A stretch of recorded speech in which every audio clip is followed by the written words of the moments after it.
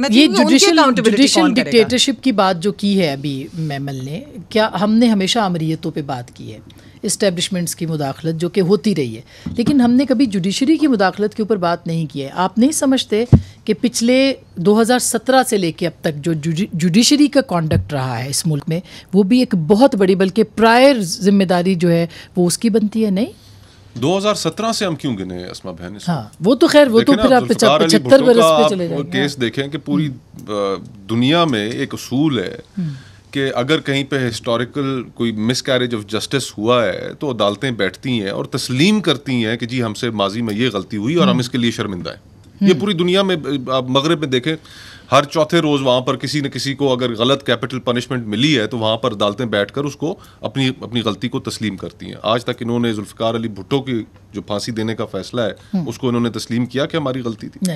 ججز آ کے T V کے اوپر انٹرویوز دے بیٹھے ہیں کہ جی ہمارے اوپر پریشر تھا اور ہم نے غلط فیصلہ دیا، لیکن سپریم کورٹ آج بھی بضد ہے. اس نے وہ ریفرنس جو پیپلز پارٹی نے بھیجا کہ جی آپ فیصلہ کریں اس کے اوپر کہ کیا بھٹو کو دی گئی سزا غلط تھی یا صحیح تھی، اس کے اوپر آج تک یہ نہیں بولے. اب اسی لیے نواز شریف صاحب کہہ رہے ہیں کہ جی آپ ریورس گیئر لگائیں اور آپ انڈو کریں چیزوں. دیکھیں ڈان لیکس جو کیا گیا، ابتدا تو اگر ہم موجودہ دور میں دیکھیں تو ڈان لیکس سے شروع ہوتی ہے.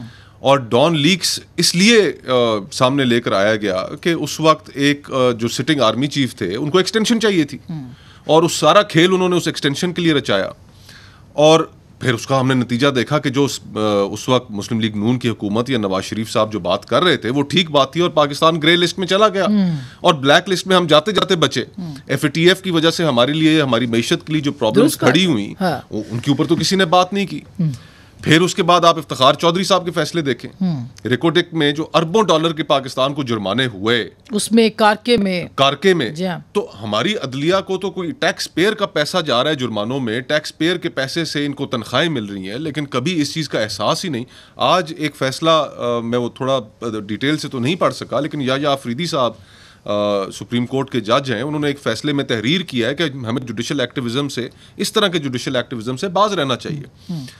لیکن بات یہ ہے اسما بہن کہ 75 سال ہو گئے ہیں ہم انہی لڑائیوں میں الجھے ہوئے. آپ بانی پاکستان کی بہن سے شروع کریں کہ اس کو ہم نے اس ملک میں غدار ٹھہرایا. ٹھیک بات. جو تحریک پاکستان کے کارکنان تھے، جو ملک بنانے میں جن کا حصہ تھا، ان کو ہم نے غدار ٹھہرایا، ان کو ایبڈو کیا. آج تک وہی سلسلہ چل رہا ہے. کبھی ایک قابل قبول ہے تو کبھی دوسرا قابل قبول ہے.